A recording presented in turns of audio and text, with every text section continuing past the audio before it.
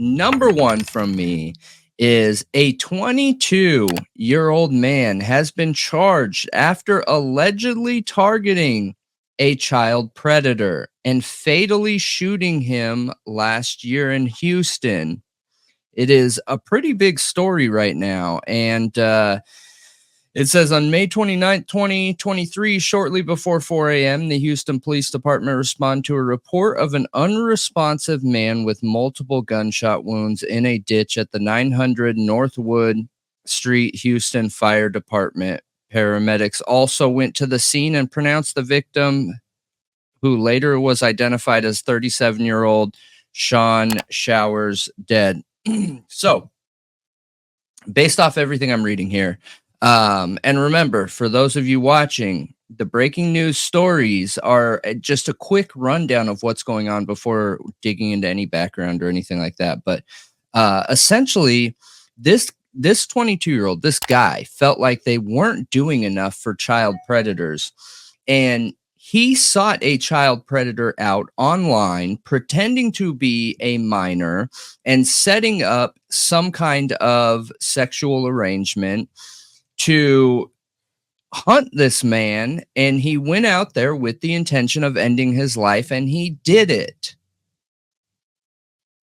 Yeah. So vigilante justice. Vigilante justice.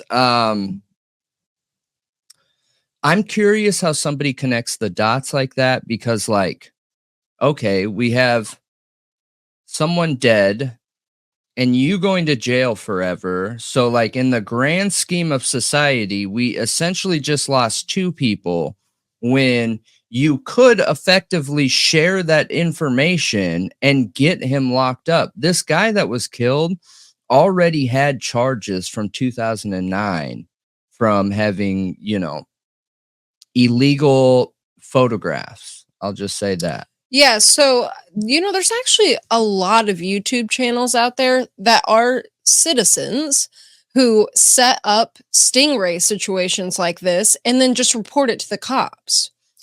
Yeah, and they yeah. can get people locked up for that. They do it all the time. So killing him, yes, while you may have taken a predator who may have hurt a child, which you don't know if he was offending or not, the issue with the photographs, yes, that's a problem, and it supports the harm of children, and it's absolutely disgusting. But, like, do we know if he was actually an offender?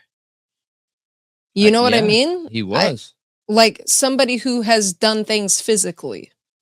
I mean, I don't know if that's a good defining difference there, because we know he was an offender. He absolutely was charged with pictures at one time. My point is, absolutely was going to meet up. Yeah, I see what you're saying. But my point is that, like, I could see his line of thinking, well, I just saved children. Like, they will never be hurt by him. But you would have to make sure he's somebody who would actually take that step, because there are some of them out there who don't take that step. So is it worth putting your life in prison? You know what I mean? Yeah, I get where you're going with it. However, I don't think any of it's okay. Like, none of it. Absolutely none of it. So for me, You're cringing at what I said. I can't draw that line. I don't care if he is, if he would maybe make that decision or not. Like, you were breaking the law. You had illegal photographs in 2009, and you were actively seeking somebody out online. And yes, I feel like he would have done that, because otherwise he wouldn't have been there at the meet. Yeah, you're right. You're right. So I don't see that kind of vigilantism as a positive thing, though. He is equally wrong. Like, okay, maybe you saved some kids from that man, but if you have any actual understanding of how many predators are out there, you did nothing. All you did is rob the general society and U.S. citizens of two people, right? When it just should have been one. It should have been one behind bars and one a reoffender in this. So I don't know. I don't co-sign anything having to do with anything like that. If you want to be some kind of justice warrior and feel like you're making change because our laws aren't harsh enough for child predators, do it the legal way.